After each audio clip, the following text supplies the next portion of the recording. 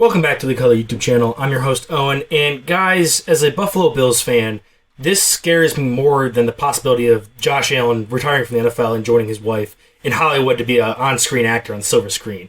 This recent mock draft by Daniel Jeremiah, where he has the Buffalo Bills selecting Malachi Fields at 26th overall, missing out on Peter Woods by one pick and passing on Lee Hunter and a couple other edge rushers, is the most concerning piece of NFL media I have read, and something that you as a Buffalo Bills fan and as a draft fan in general for projecting players to the Buffalo Bills should be concerned about. I just got done finishing my final write-up for Malachi Fields and watching him specifically for an upcoming podcast I'm doing with ranking wide receivers. And I originally had him coming into the season as like a round 3, day 2-ish, big-bodied, potential X-type receiver who could do some stuff with the ball in his hands afterwards. But overall is going to be more of that contested catch specialist. And just hearing that and reading the blurb here that Daniel Jeremiah writes with a one sentence saying, player with wide catch radius had a good Senior Bowl, that is going to be something that already should be ringing a few bells for you as Buffalo Bills fans. We just got done dealing with the Keon Coleman experiment. Maybe he can progress a bit more in the Joe Brady exclusive offense as a power slot type, the Deshaun Vele to the Broncos as he was in the past. That is something that maybe could be a thing. But for me, Malachi Fields, after this past season, watching more of his tape in depth, dropped from a round 3-ish wide receiver to a later round, day 3 kind of guy for me. This is a player that is 6'3", 6'4", massive human being, can go up and elevate, has strong hands, sure, everything that they said here. He had a great Senior Bowl, exhibited those skills a lot. But for me, he's a guy that we just talked about, Keon Coleman being a power slot. That is almost the exclusive spot I think Fields can work at in the NFL. A guy that when he was faced with any kind of press coverage or any tight coverage where it wasn't a free release 5 to 7 yards off the ball, he was struggling to get any type of separation. That Miami game, he was getting his lunch fed to him. Now, he made some impressive catches. He had some good stats. And even in the Pitt game, he had really good stats, his good counting stats there.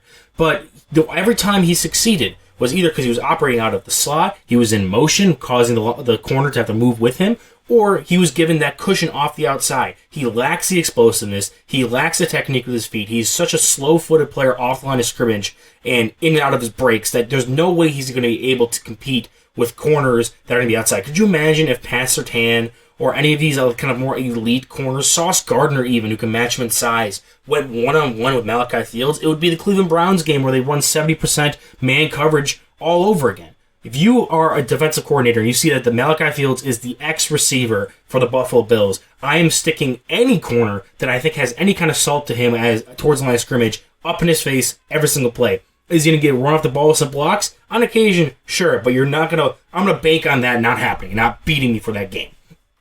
So for me, Malachi Fields is a power slot only, and I saw a regression in his run after catch ability, his explosive, his speed in general. He's a lot more of a build-up speed guy, but when you're getting pushed around and having a guy in your hip pocket, it takes a lot longer for you to build up that speed and attack downfield.